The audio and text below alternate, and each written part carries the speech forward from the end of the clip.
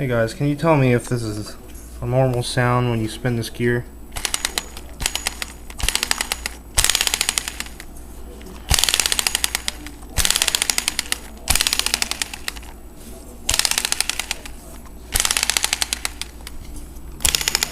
It's definitely coming from inside the transmission.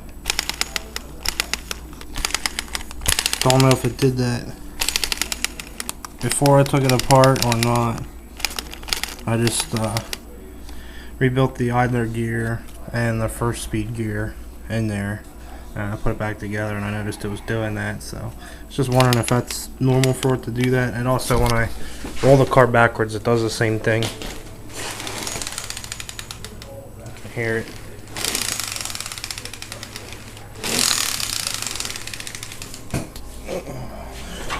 Hopefully that's normal, but if not, maybe you can give me ideas what may be wrong. Thanks.